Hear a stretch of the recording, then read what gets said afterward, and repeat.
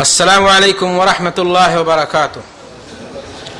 الحمد لله نحمده ونستعينه ونستغفره ونؤمن به ونتوكل عليه ونعوذ بالله من شرور أنفسنا ومن سيئات أعمالنا من يهده الله فلا مضل له ومن يضلله فلا هادي له وأشهد أن لا إله إلا الله وحده لا شريك له وأشهد أن محمدا عبده ورسوله. أما بعد فإن خير الحديث كتاب الله وخير الهدي هدي محمد صلى الله عليه وسلم وشر الأمور محدثاتها وكل محدثة بدعة وكل بدعة ضلالة وكل ضلالة في النار.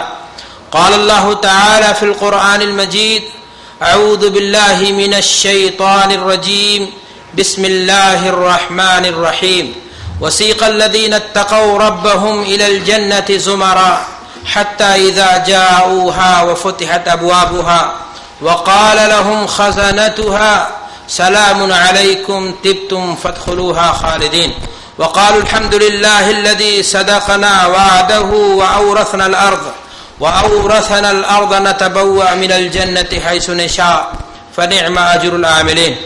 وعن أبي هريرة رضي الله تعالى عنه قال قال رسول الله صلى الله عليه وسلم: يقول الله عز وجل: أعددت لعبادي الصالحين ما لا عين رأت ولا أذن سمعت ولا خطر على قلب بشر. حضرات علماء کرام، بزرگان محترم، کارکنان اسلامک دعوی سینٹر مبرز، معزز سامعین، آج کی اس حسین اور پر رونق مجلس میں جس موضوع کے تعلق سے سماعت کے لیے آپ حاضر ہوئے ہیں وہ موضوع ہے مناظر جنت اور اس کے حقدار. یہ موضوع بڑا ہی اہم ہے، یہ موضوع بڑا ہی پرکشش ہے، یہ موضوع بڑا ہی دل پذیر اور امید افزا ہے، کیونکہ اس کا تعلق اس خلد بری کے تذکرے سے ہے جس کا وعدہ اللہ تبارک و تعالی نے اپنے نیک اور صالح بندوں سے کیا ہے. ایسے موضوع پر سماعت کے لیے حاضری یقیناً آپ کے لیے انشاءاللہ نیکیوں کے حصول میں مہمیز کا کام کرے گا.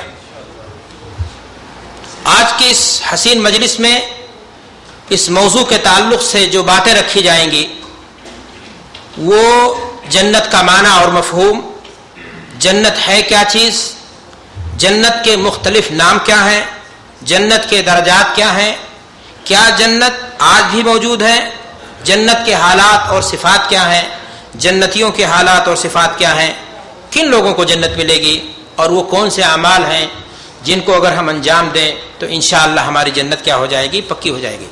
اور بھی دیگر مسائل ہیں جو میں آپ کے سامنے انشاءاللہ اگر وقت نے ساتھ دیا، آپ نے سننے کی زحمت دکھائی تو انشاءاللہ بیان کیے جائیں گے.